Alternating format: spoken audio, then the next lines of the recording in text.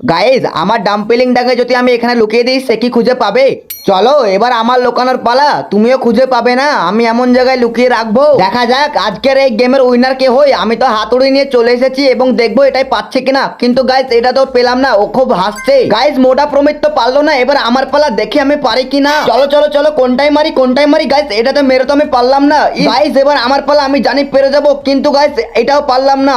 Guys guarantee দিয়ে বলছি এবার আমি প্রাইজটা নিয়ে নেবো, কিন্তু আমি তো ভেবেই পাচ্ছি না সে কোনটায় রেখেছে। শালা একটা গাধা, আমার মনে হলো যে এটাতে রেখেছে, কিন্তু এটাতে মেরেও শালা আমি পেলাম না। হে তুই তো পাবি না, আমি এমন জায়গায় লুকিয়ে রেখেছি, তোরটা এবার আমি পেয়ে যাবো, দেখে নে। এটাই মারবো না ওটাই মারবো, এটাই মারবো না ওটাই মারবো, আমি ভেবেই পাচ্ছিলাম না, তাই এটাতে আমি জোরে একটা মেরে দিলাম। কিন্তু লাল পাটলু কোথায় লুকিয়ে রেখেছে বুঝতেই পারছিলাম না। আর একটা বেঁচে আছে, দেখি কে পারা যায়। মোটা প্রমিত আমি জানি তুমি এটাতে লুকিয়ে রেখেছো, তাই আমি এটাই মারবো। তুমি হাসছো, তার মানে এটাতে রাখোনি, তার মানে আমি অন্যটাই মারবো। ও আমি জানতাম তুই পারবি না, আমি জানতাম। যেমন প্রাইজটা জেতা অনেক কঠিন, ঠিক তেমনই একসঙ্গে লাইক ও সাবস্ক্রাইব করা অতটাই কঠিন। আরে পাটলু তুই তো একদম সত্যি কথা বলেছিস। ধদু ওইদিকে দেখ মেয়ে যাচ্ছে, কই দেখি দেখি, এই ফাঁকা আমি চেঞ্জ করে দিই। গাইস এই পাটলু আমার সঙ্গে খুব মুখ নিয়েছিল, শালাকে এবার দেখিয়ে দেবো কে জিতছে। কিন্তু গাইস পাটলা আমার সঙ্গে চিটারি করেছে, নকল ডাম্পলিং। হ্যাঁ তোমাকে মেয়ে দেখার কথা নাম করে আমি তোমারটা পাল্টে দিয়েছিলাম। এ তোকে আমি ছাড়বো না, থাম থাম।